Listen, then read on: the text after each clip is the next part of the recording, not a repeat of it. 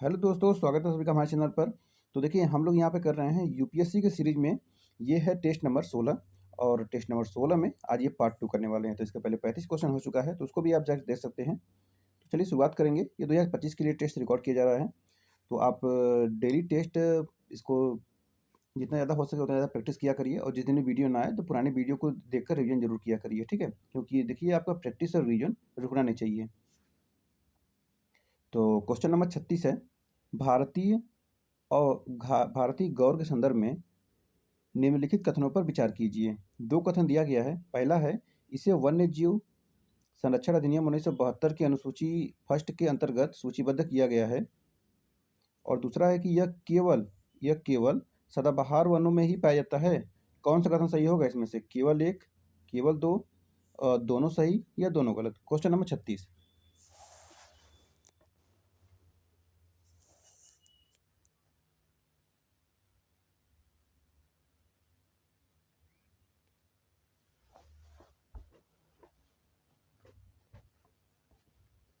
तो question number 36 में आपका देखेंगे ऑप्शन पहला कि कह रहा है कि यह वन्य जीव संरक्षण अधिनियम 1972 की सूची फर्स्ट में सूचीबद्ध किया गया है। तो पहला कथन सही है। यह केवल सदाबहार वनों में पाया जाता है, तो ये कथन गलत हो जाएगा। ऑप्शन नंबर ए लगाएंगे। देखेंगे, ये केवल सदाबहार में नहीं पाया जाता है, बल्कि ये पश्चिमी घाट में और पूर्व उत्तर भारत, नेपाल, भूटान, बांग्लादेश में भी पाया जाता है। चलिए क्वेश्चन नंबर 37। विजयनगर साम्राज्य के प्रशासन की अमरनायक प्रणाली के संदर्भ में निम्नलिखित कथनों पर विचार कीजिए। पहला है, यह दिल्ली सल्तनत में प्रचलित एकता प्रणाली के समान थी। दूसरा है, नायक अपने क्षेत्रों में कृषि के विस्तार हेतु उत्तरदायी थे। तीसरा है, नायक विभिन्न जाति से संबंधित होते थे। कितने सही हैं इसमें से? केवल एक, केवल दो, तीनों सही है, या तो एक भी नहीं। Question number 37। Question number 37। तो ये दिल्ली सल्तनत में प्रचलित एकता प्रणाली की समान थी, सही है। और नायक अपने क्षेत्रों में कृषि के विस्तार हेतु उत्तरदायी थे, ये भी सही है। और नायक विभिन्न जाति से संबंधित होते थे, तो ये भी सही है। यानी कुल मिला के ऑप्शन नंबर सी लगा देंगे। सभी के सभी कथन इसमें सही है। चलिए आपके सामने आता है क्वेश्चन नंबर 38। दिल्ली के सभी शासकों में अलाउद्दीन खिलजी के पास सबसे बड़ी अस्थायी सेना थी, और इसके रखरखाव के लिए उसने निम्नलिखित में से कौन से सुधार शुरू किए थे? उसने अपने सैनिकों को भुगतान भूमि अनुदान देकर किया। उसने घोड़ों की डाक प्रणाली शुरू की। तीसरा है कि जमाखोरी को नियंत्रित करने के लिए उसने बंजारों को पंजीकृत किया ताकि उन पर नजर रखी जा सके। और चौथा है कि उसने भूमि राजस्व को उपज की एक चौथाई तक कम कर दिया। चलिए देखेंगे कितने सही हैं। एक, दो, तीन, या एक और चार, या तो दो, तीन, या तो एक, दो, तीन, चार। ठीक है, क्वेश्चन नंबर 38 का आंसर करेंगे। दिल्ली के सभी शासकों अलाउद्दीन खिलजी के पास सबसे बड़ी अस्थायी सेना थी, इसके रखरखाव के लिए पूछ रहा है। तो कह रहा है कि उसने अपने सैनिकों का भुगतान भूमि अनुदान देकर किया। देखिए पहला कथन गलत हो जाएगा। देखिए, वह अपना सुल्तान था जिसे अपने सैनिकों को पूर्णतः नगद भुगतान किया था। उसने घोड़ों की डाक प्रणाली शुरू की थी, तो बिल्कुल सही बात है। उसने घोड़ों की डाक प्रणाली शुरू की ताकि जो सैनिक वो हजारी के दौरान खराब गुणवत्ता वाले घोड़े जो है न ला सकें। तो दूसरा सही हो जाएगा। तीसरा कह रहा है कि जमाखोरी को नियंत्रित करने के लिए, मतलब कंट्रोल करने के लिए, उसने बंजारों को पंजीकृत किया ताकि उन पर नज़र रखी जा सके। तो तीसरा कथन, तो तीसरा भी शुरू हो जाएगा, इसमें सही हो जाएगा। चौथा है कि उसने भूमि राजस्व को उपज के एक चौथाई तक कम कर दिया, तो चौथा गलत हो जाएगा इसमें। चौथा गलत रहेगा क्योंकि भू राजस्व को बढ़ाकर उपज का आधा कर दिया था, न कि एक चौथाई। तो दो और तीन सही है इसमें। दो और तीन सही हो जाएगा। पहला और चौथा गलत हो जाएगा।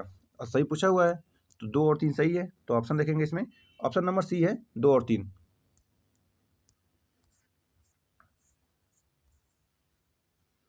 चलिए क्वेश्चन नंबर 39।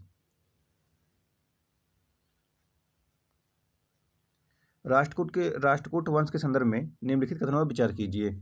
इंद्र तृतीय के प्रतिहार शासक महिपाल को पराजित किया और कन्नौज को लूटा। दूसरा है, कृष्ण तृतीय ने चोल राजा परांतक प्रथम को पराजित किया और चोल साम्राज्य के उत्तरी भाग पर अधिकार कर लिया। तीसरा है, गोविंद तृतीय ने कन्नौज के नागभट्ट के विरुद्ध एक सैन्य अभियान का नेतृत्व किया और मालवा पर अधिकार कर लिया। कितने सही हैं इसमें से? एक और तीन, एक और दो, दो और तीन, या तो तीनों? चलिए question number 39। Question number 39, Rashtrakuta वंश। इंद्रतीति ने प्रतिहार शासक महिपाल को पराजित किया और कन्नौज को लूटा, बिल्कुल सही बात है। कृष्ण तृतीय ने चोल राजा परांतक प्रथम को पराजित किया और चोल साम्राज्य के उत्तरी भाग पर अधिकार कर लिया, तो ये भी सही है।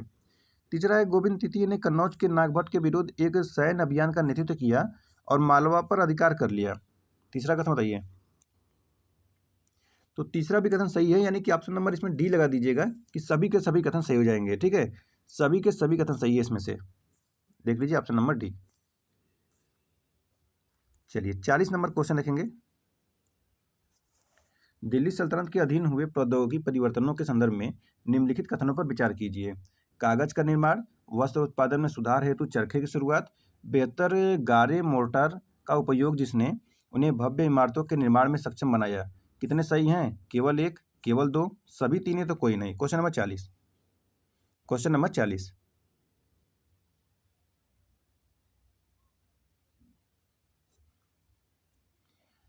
कागज का निर्माण है, वस्त्र उत्पादन में सुधार हेतु चरखे का शुरुआत है, बेहतर गारे मोर्टार का उपयोग जिससे उन्हें भव्य इमारतों के निर्माण में सक्षम बनाया, तो ये भी है। तो ऑप्शन नंबर इसमें सी लगा देंगे, सभी के सभी कथन सही हैं। ठीक है, सभी के सभी कथन सही है इसमें से। चलिए 41 नंबर देखेंगे। निम्नलिखित युग्मों पर विचार कीजिए। चित्रकला दिया है, राज्य दिया है, पट्टचित्र उड़ीसा दिया है, मधुबनी बिहार दिया है, पिथौरा गुजरात दिया है, बताइए कौन सा सुमेलित है इसमें से।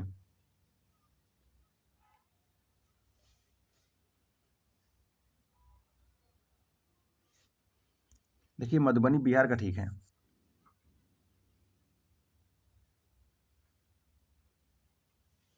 ठीक है, पट्टचित्र ये उड़ीसा भी ठीक है, उड़ीसा के साथ में ये वेस्ट बंगाल में भी होता है, तो ये भी ठीक है। पिथौरा, पिथौरा भी ठीक है, गुजरात के साथ साथ ये एमपी में भी होता है। ठीक है, तो पट्टचित्र, मधुबनी, पिथौरा सभी के सभी कथन सही है, ऑप्शन नंबर सी लगा देंगे। चलिए 42 नंबर।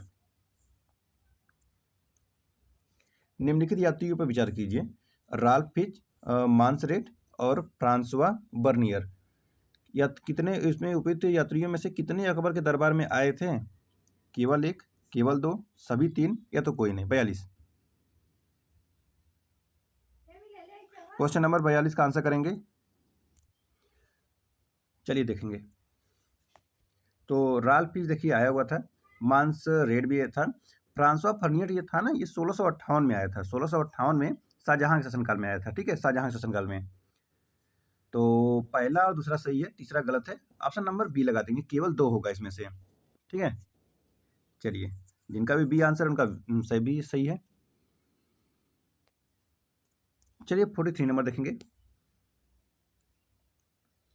मिहिर भोज के संदर्भ में निम्नलिखित कथनों पर विचार कीजिए। जिसे प्रतिहार वंश का सबसे महान शासक कहा जाता है। उसकी क्षेत्रीय सीमाएं सतलज नदी के पश्चिमी किनारे तक फैली थी। दूसरा है उसके शासनकाल के दौरान एक अरब विद्वान सुलेमान आया था। तीसरा है वह प्रसिद्ध राष्ट्रकूट शासक अमोघ वर्ष का समकालीन था। कितने सही हैं इसमें से? केवल एक, केवल दो, सभी तीन, है तो कोई नहीं। चलिए वैसे ही ऑप्शन है, बताइए 43 नंबर। उसकी क्षेत्रीय सीमाएं सतलज नदी के पश्चिमी किनारे तक फैली थी, तो ये सही है। दूसरा है उसके शासनकाल के दौरान एक अरब विद्वान सुलेमान आया था, तो ये भी सही है। तीसरा है वह प्रसिद्ध राष्ट्रकूट शासक अमोघ वर्ष का समकालीन था, तो ये भी सही है। यानी कुल मिला के ऑप्शन नंबर सी लगा देंगे, ऑप्शन नंबर सी करेक्ट हो जाएगा। तीनों के तीनों ही कथन सही है। चलिए 44 नंबर देखेंगे। है कि सिगेला, सिगेला के संदर्भ में निम्नलिखित कथनों पर विचार कीजिए। सिगेला यह बैक्टीरिया द्वारा उत्पन्न आंतों का एक संक्रमण है। और दूसरा है सिगेला के लिए वैक्सीन भारत में शिशुओं के टीकाकरण कार्यक्रम का भाग है।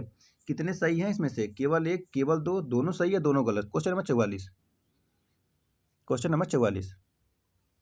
क्वेश्चन नंबर 44 में यह बैक्टीरिया द्वारा उत्पन्न आंतों का एक संक्रमण है, कथन सही है। सिगोला के लिए वैक्सीन भारत में शिशुओं के टीकाकरण कार्यक्रम का भाग है, तो दूसरा वाला कथन गलत हो जाएगा इसमें। ठीक है, दूसरा कथन गलत हो जाएगा। भारतीय चिकित्सा अनुसंधान परिसर, इसको ICMR बोलते हैं, ICMR, उसमें हाल ही में देखेंगे तो सिगोला संक्रमण हेतु उसमें अत्याधुनिक वैक्सीन के निर्माण के लिए एक भारतीय साझेदार का चयन किया है। ये वर्तमान में भारत में शिशुओं के टीकाकरण का कार्यक्रम में ये भाग नहीं है। तो पहला सही, दूसरा गलत। ऑप्शन नंबर क्या लगाएंगे? ए लगा देंगे, केवल एक होगा। चलिए 45 नंबर देखेंगे। सल्तनत काल के दौरान महत्वपूर्ण स्थानों के संदर्भ में निम्नलिखित कथनों पर विचार कीजिए। पुराना नाम क्षेत्र, वर्तमान क्षेत्र, अवस्थिति। तिरहुत बिहार, कामरूप असम, जाजनगर उड़ीसा। कितने सही सम्मिलित हैं? केवल एक युग्म, केवल दो, सभी तीन है तो कोई नहीं। 45 नंबर बताइए। Question number 45।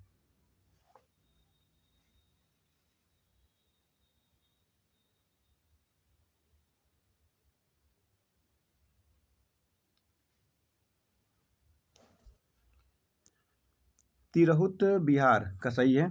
कामरूप असम ये भी सही है। जाजनगर उड़ीसा ये भी सही है, यानी ऑप्शन नंबर इसमें सी लगा देंगे। ऑप्शन नंबर सी लगा देंगे, सभी के सभी कथन सही हो जाएगा। चलिए 46 नंबर देखेंगे। क्वेश्चन नंबर 46 क्या है? लाहरी बंदर एक ऐतिहासिक मध्य युगीन पत्तन नगर था। यह किस नदी के मुहाने पर अवस्थित था? Krishna, Kaveri, Sindhu, Tungabhadra. Question number 46। Question number 46। चलिए बताइए। लाहरी बंदर को लाहौरी बंदर या लारी बंदर के नाम से भी जाना जाता है। तो ये दक्षिण सिंध के एक ऐतिहासिक पत्तन का नगर था। किसका? सिंध। ऑप्शन नंबर सी लगा देंगे। ठीक है, ऑप्शन सी हो जाएगा। चलिए 47 नंबर देखेंगे। Question number 47।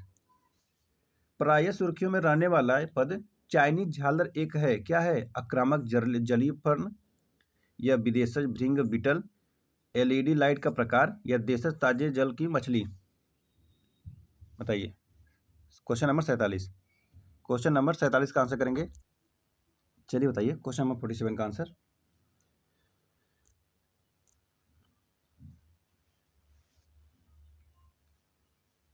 जितने भी लोग लाइव देख रहे हैं सभी लोग आंसर करने का प्रयास करें।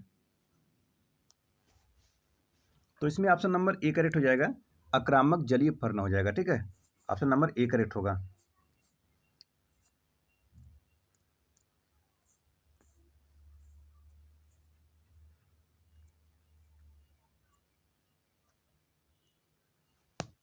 चलिए यहाँ पर एक विशेषताएं बताया गया है, परिच्छेद दिया गया है, बताना है किसके बारे में बताया जा रहा है।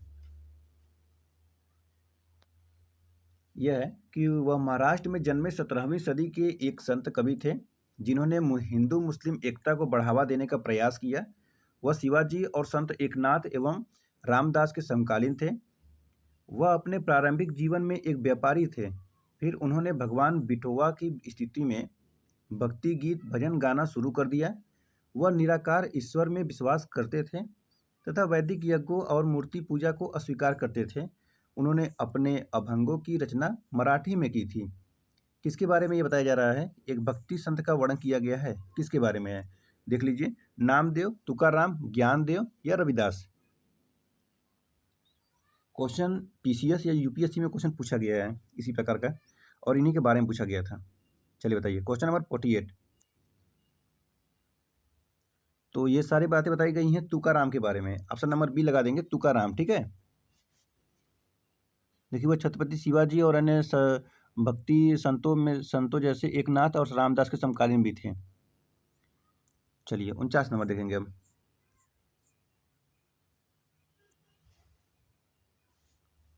निम्नलिखित स्थापत्य संरचनाओं पर विचार कीजिए।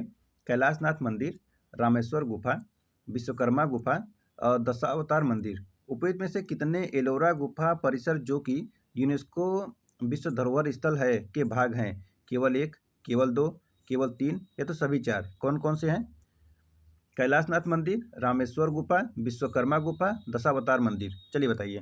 Question number 49।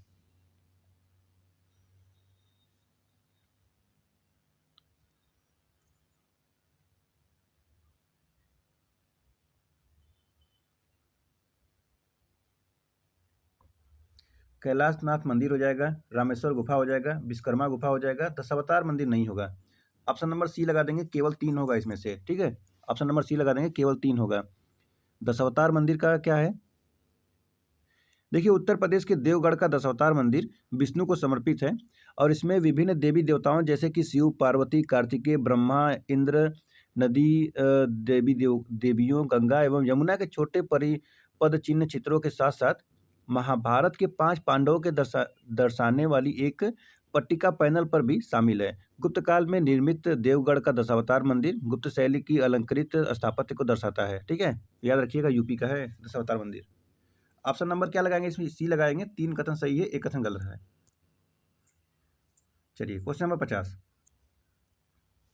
निम्नलिखित युग्मों पर विचार कीजिए। वंश दिया है, स्थापत्य की शैली दिया हुआ है। गुलाम वंश दिया है सेल्जुक शैली, तुगलक वंश दिया है बैटर शैली, खिलजी वंश दिया है मामलुक शैली। कौन सा सम्मिलित है? केवल एक, केवल दो, सभी तीन है तो कोई नहीं। चलिए बताइए। Question number 50।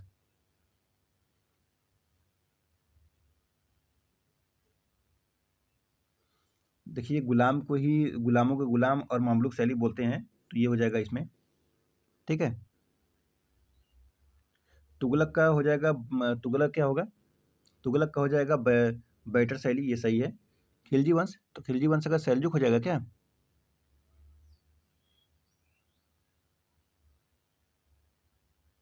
बताइए। तो बिल्कुल वही है, ये हो जाएगा सेल्जुक शैली का। तो गुलाम का हो जाएगा मामलुक, तुगलक का हो जाएगा बैटर, और खिलजी का हो जाएगा सेल्जुक सेल्जुक शैली। कुल मिलाकर इसमें एक कथन सही है, ऑप्शन नंबर ए लगा देंगे। ओके, क्लियर है? तो आगे बढ़े। ठीक है, क्वेश्चन नंबर 51। मोरक्को के यात्री इब्न बतूता ने किस सुल्तान के शासनकाल में दिल्ली की यात्रा की थी? चलिए, डायरेक्ट क्वेश्चन पूछता है ऐसे।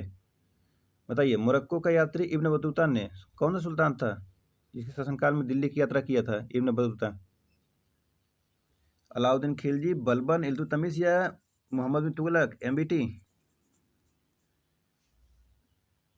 बताइए किसके? मध्य एशिया के स्थल मार्ग से होते हुए इब्न बतूता कब आया था? 1333 में आया था। 1333 का शासनकाल किसका रहा होगा, पता है? मोहम्मद बिन तुगलक का था, मोहम्मद बिन तुगलक। ऑप्शन नंबर डी लगा देंगे, ऑप्शन नंबर डी हो जाएगा। चलिए, क्वेश्चन नंबर 52 आपके सामने आता है। अगर ऊँट के संदर्भ में निम्नलिखित कथनों पर विचार कीजिए। यह एक गंभीर रूप से संकटग्रस्त प्रजाति है जो उष्णकटिबंधीय वर्षा वनों में पाई जाती है। दूसरा है, अगर ऊँट के वृक्ष की छाल अत्यधिक सुगंधित होती है और इसका उपयोग अगरबत्ती, इत्र एवं औषधियों में किया जा सकता है। कितने सही हैं? केवल एक, केवल दो, दोनों सही है, दोनों गलत? चलिए बताइए। Question number 52।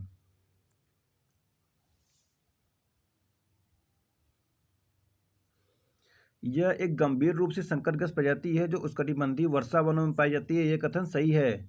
और दूसरा है कि अगर ऊँट की वृक्ष की छाल अत्यधिक सुगंधित होती है और इसका उपयोग अगरबत्ती, इत्र एवं औषधियों में किया जा सकता है, तो ये कथन गलत हो जाएगा।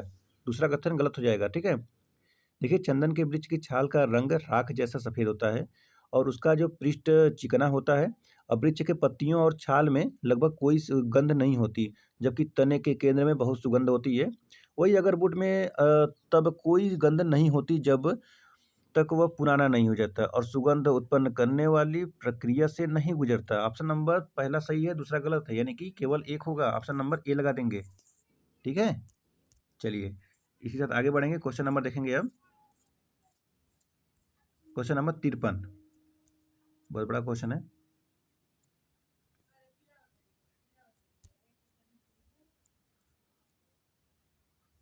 चलिए ठीक है।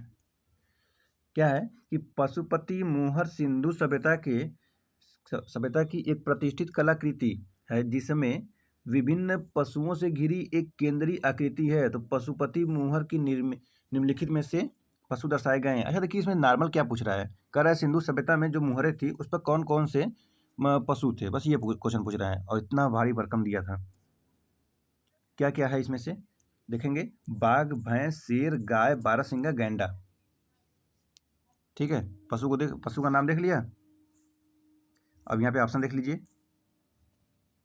ऑप्शन क्या है? केवल 1, 4, 5, 6, केवल 1, 2, 4, 5, 1, 2, 5, 6, 3, 4, 5, 3, 4, 6 या 1, 3, 4, 5। ठीक है, चलिए।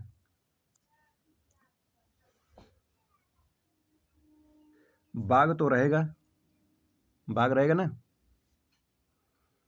भैंस भी रहेगा, शेर नहीं था, गाय भी नहीं था, बारहसिंगा था, गैंडा था। ठीक है, 3 और 4 हटा दीजिए। 3 और 4 जैसे ही हटाएंगे आपको आंसर मिल जाएगा। 4 इसमें से हटा दीजिए, 3 इसमें से हटा दीजिए, 3 इसमें से हटा दीजिए। कुल मिलाकर अगर 4 को हटाएंगे यानी गाय को हटा दीजिए तो आपको आंसर ही मिल जाएगा। ऑप्शन नंबर बी हो जाएगा करेक्ट, 1 2 5 6। ठीक है, अगर इसमें देखेंगे गाय जैसे ही हटा, 4 नंबर पे था गाय, जैसे ही हटा आपको आंसर मिल गया है ना। चलिए क्वेश्चन नंबर 54 देखेंगे। खाद्य सुरक्षा और मानक लेबलिंग और प्रदर्शन कर रहा है विनिमय 2020 के अनुसार पैकेज लेबल पर निम्नलिखित में से कौन से विवरण शामिल होने चाहिए? सामग्री सूची, उत्पाद का मूल देश, खाद्य एलर्जी की जानकारी और खाद्य पदार्थ वापस करने की जानकारी। चलिए ऑप्शन देखिए, केवल 1 और 2, 2 3 4, 1 और 3, 1 2 3 4। Question number 54।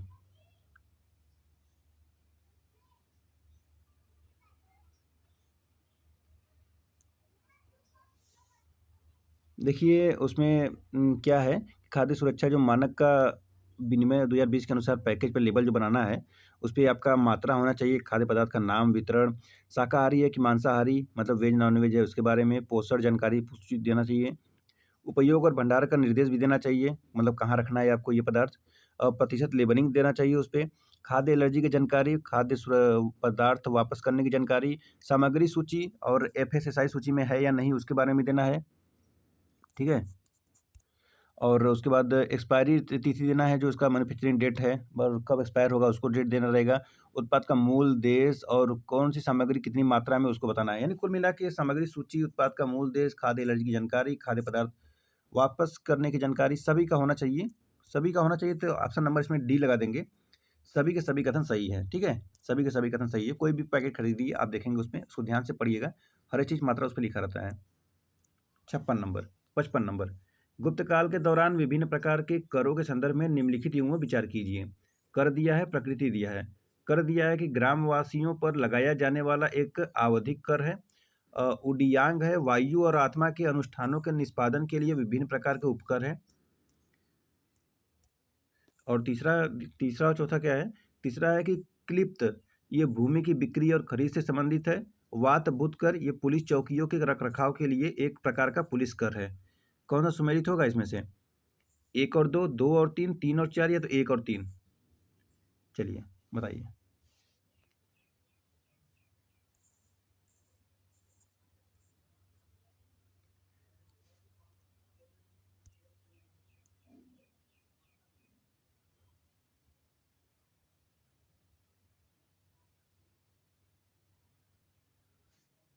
कर का हो जाएगा ग्रामवासियों पर लगाया जाने वाला एक आवधिक कर।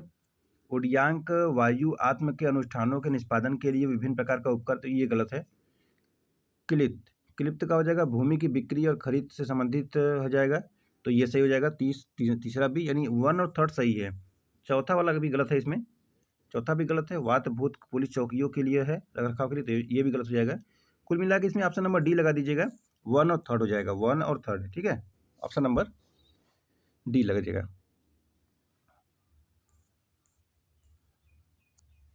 चलिए 56 नंबर देखेंगे। व्यापारियों के निम्नलिखित वर्गों पर विचार कीजिए। बोहरा, बड़िक, बंजारा कितने व्यापार में माहिर थे? केवल 1, केवल 2, सभी तीन, तो कोई नहीं। 56 नंबर, बोहरा हो जाएगा, बड़िक हो जाएगा, बंजारा हो जाएगा। ऑप्शन नंबर सी लगा देंगे, सभी कथन सही है। चलिए 57 नंबर,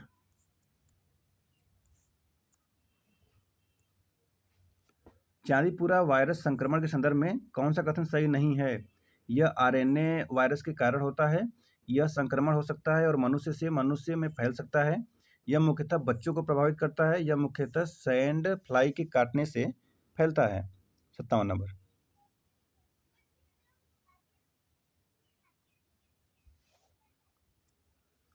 आरएनए के वायरस के कारण होता है, यह मुख्यतः बच्चों को प्रभावित करता है, मुख्यतः सेल्फ सैंड फ्लाई के काटने से होता है। बी वाला कथन गलत है, ठीक है? बी वाला गलत हो जाएगा तो ऑप्शन नंबर क्या लगा देंगे? ऑप्शन बी करेक्ट कर देंगे। चलिए 58 नंबर देखेंगे अब।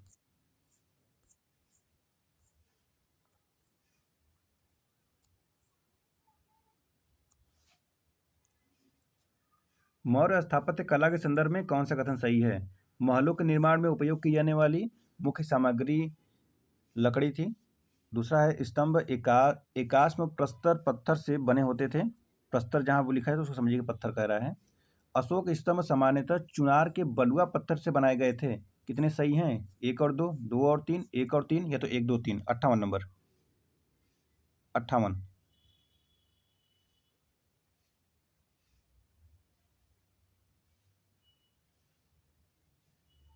में देखिए, महलों के निर्माण में उपयोग की जाने वाली मुख्य सामग्री लकड़ी थी, सही है। और अशोक स्तंभ सामान्यतः चुनार के बलुआ पत्थर से बनाए गए थे, तो ये भी सही है। स्तंभ ये एकाश्म पत्थर से बने होते थे, तो ये गलत हो जाएगा। ऑप्शन नंबर इसमें सी लगा देंगे, 1 और 3 सही होगा। 1 और 3 सही होगा। दूसरा कथन गलत हो जाएगा। स्तंभ के शीर्ष तक एक पशु की मूर्ति बनी होती थी, जो कि ये क्या होता था, एक ही पत्थर को काट काट कर बनाया जाता था न कि अलग अलग पत्थर बने होते थे। ऑप्शन नंबर सी लगा देंगे, 1 और 3। चलिए 59 नंबर देखिए।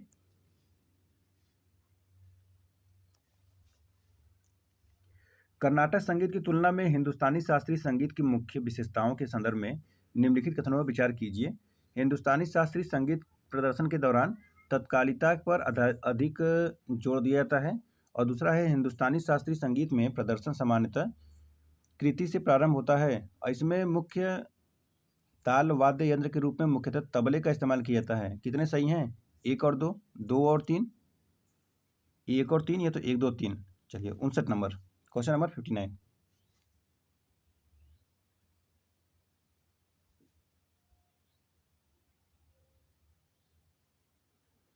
हिंदुस्तानी शास्त्रीय संगीत प्रदर्शन के दौरान तत्कालिकता पर अधिक जोर दिया जाता है, सही है।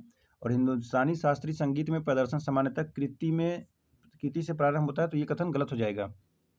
और तीसरा है, इसमें प्रमुख ताल वाद्य यंत्र के रूप में मुख्यतः तबले का इस्तेमाल किया जाता है, तो ये भी सही है। यानी कि 1 और 3 सही है। 1 और 3 कौन सा ऑप्शन में है? ऑप्शन नंबर सी में है, ठीक है। चलिए क्वेश्चन नंबर 60। नीचे एक परिच्छेद दिया गया है, पूछ रहा है किसके बारे में है यह। तो पहले परिच्छेद पढ़ते हैं। यह कश्मीर में स्थित है। इसका निर्माण 8वीं शताब्दी ईस्वी में करकोटा राजवंश के शासनकाल में हुआ। इसे विभिन्न वास्तुकला पद्धतियों का मिश्रण माना जाता है। स्मारकों पर गंधार, चीनी और गुप्त कला का प्रभाव है। मुख्य मंदिर में एक पिरामिड नुमा शिखर है और इसमें विष्णु नदी देवी, गंगा एवं यमुना तथा सूर्य जैसे देवताओं की नक्काशी है। किसके बारे में बता रहा है कि यह मंदिर किसका वर्णन कर रहा है? कोणार्क सूर्य मंदिर, पद्रेथन मंदिर, और अवंती स्वामी मंदिर, मार्तंडेय सूर्य मंदिर। चलिए बताइए क्वेश्चन नंबर 60।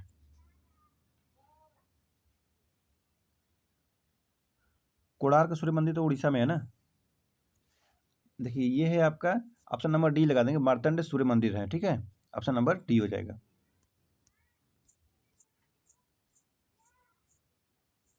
चलिए 61 नंबर। निम्नलिखित युगों पर विचार कीजिए। रंगमंच दिया है, रंगमंच रूप संबंध राज्य, ठीक है। तो भांड पाथेर जम्मू कश्मीर, कृष्णाटम केरल, तेरकत्तु तमिलनाडु। कौन सा सुमेलित है? केवल 1, केवल 2, सभी 3 है तो कोई नहीं।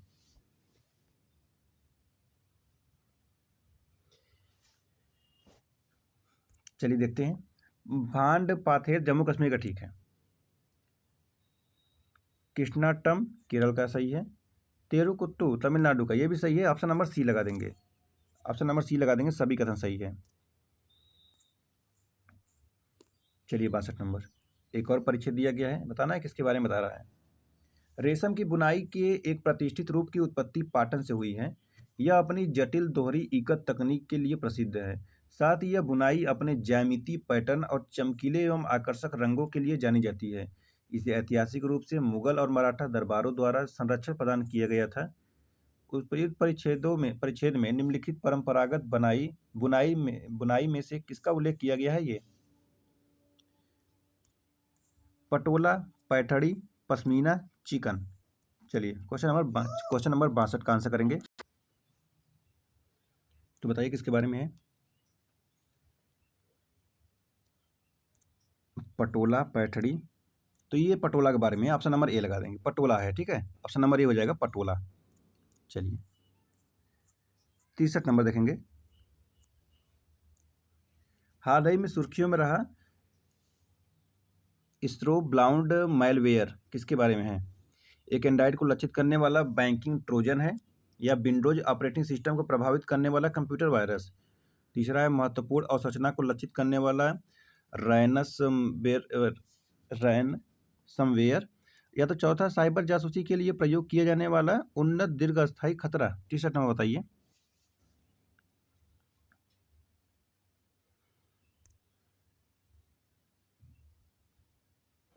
तो देखिए ये एंड्रॉइड को लक्षित करने वाला एक बैंकिंग ट्रोजन है, ऑप्शन नंबर ए करेक्ट हो जाएगा। ओके,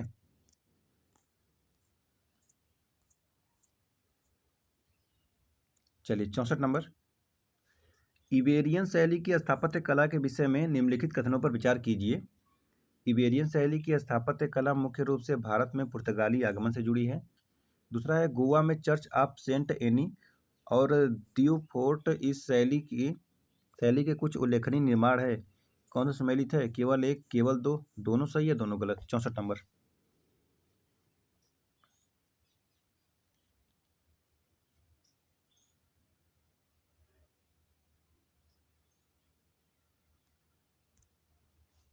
तो इबेरियन शैली की स्थापत्य कला मुख्य रूप से भारत में पुर्तगाली आगमन से जुड़ी है, सही है।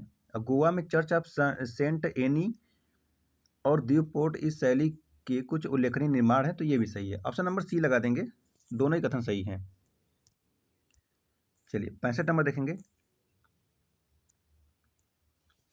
इंडो गाथिक स्थापत्य कला शैली के संदर्भ में निम्नलिखित कथनों पर विचार कीजिए। इसमें भारतीय और फारसी तत्वों का मिश्रण है। इसमें नुकीले मेहराब, बड़ी खिड़कियां और विस्तृत सजावट है। तीसरा है कोलकाता में विक्टोरिया मेमोरियल और मुंबई में Chhatrapati Shivaji Maharaj terminus Indo Gothic शैली के प्रमुख उदाहरण हैं। कितने सुमेलित हैं इसमें से? केवल एक और दो, दो और तीन, एक और तीन, या तो तीनों। चलिए 65 नंबर। इंडो गाथिक स्थापत्य कला है, तो यह इसमें भारतीय और फारसी तत्वों का मिश्रण है, सही है। इसमें नुकीले मेहराब, बड़ी खिड़कियां और विस्तृत सजावट है, तो ये भी सही है। कोलकाता में विक्टोरिया मेमोरियल और मुंबई में Chhatrapati Shivaji Maharaj terminus Indo Gothic शैली के कुछ प्रमुख उदाहरण है, तो ये भी सही है। यानी कि इसमें ऑप्शन नंबर डी लगा देंगे, सभी के सभी कथन सही है। चलिए आज का लास्ट क्वेश्चन देखेंगे, क्वेश्चन नंबर 66। संगम युग के दौरान समाज के संदर्भ में निम्नलिखित कथनों पर विचार कीजिए। पहला है 4 स्तरीय वर्गीकरण संगम युग के समाज की एक प्रमुख विशेषता थी। दूसरा है महिलाएं ज़्यादातर घरेलू काम तक ही सीमित रहती थीं और अत्यंत सीमित रूप से आर्थिक गतिविधियों में शामिल होती थी। कौन सा सुमेलित नहीं है? केवल एक, केवल दो, दोनों सही है, दोनों गलत। कौन सा सुमेलित नहीं है बताना है। देखिए 4 स्तरीय वर्गीकरण संगम युग के समाज की एक प्रमुख विशेषता थी, क्या सही है? गलत हो जाएगा। महिलाएं ज़्यादातर घरेलू काम तक ही सीमित रहती थी और अत्यंत सीमित रूप में आर्थिक गतिविधियों में शामिल होती थी, तो ये भी गलत हो जाएगा। दोनों के दोनों ही कथन गलत है, ऑप्शन नंबर सी लगा देंगे। महिलाएं जो है ना उस समय यज्ञ वगैरह करती थी, आर्थिक उत्पादन और में हर चीज़ रूप में सक्रिय होती थी, ठीक है। देखेंगे तो उसमें महिला कभी भी काफ़ी संख्या देखने को मिलता था। महिलाएं को संपत्ति रखने का अधिकार भी होता था, परिवार की संपत्ति में हिस्सा लेने का अधिकार होता था। महिलाएं जो है कृषि, कताई, बुनाई, व्यापार जैसी गतिविधियों में भाग लेती थी, तो दोनों ही कथन गलत है, ऑप्शन नंबर सी लगा देंगे, ठीक है। तो चलिए हम लोग यहाँ पर टेस्ट कर रहे थे 2025 के लिए। आप जितने भी लोग साथी हैं हमारे साथ जुड़े हुए हैं, आप सभी लोग डेली प्रैक्टिस किया करिए, और जिस दिन वीडियो नहीं आया उस दिन पिछले वीडियो से प्रैक्टिस किया करिए, और अपने दोस्तों में शेयर किया करिए जो भी लोग इच्छुक हो इस एग्ज़ाम की तैयारी कर रहे हैं। पीसीएस की तैयारी भी करते हुए भी आप यूपीएससी का टेस्ट दे सकते हैं, आपका रिवीजन होता रहेगा। चलिए बहुत जल्द फिर नेक्स्ट वीडियो आएगा। आप सभी का बहुत बहुत धन्यवाद। जय हिंद, जय भारत।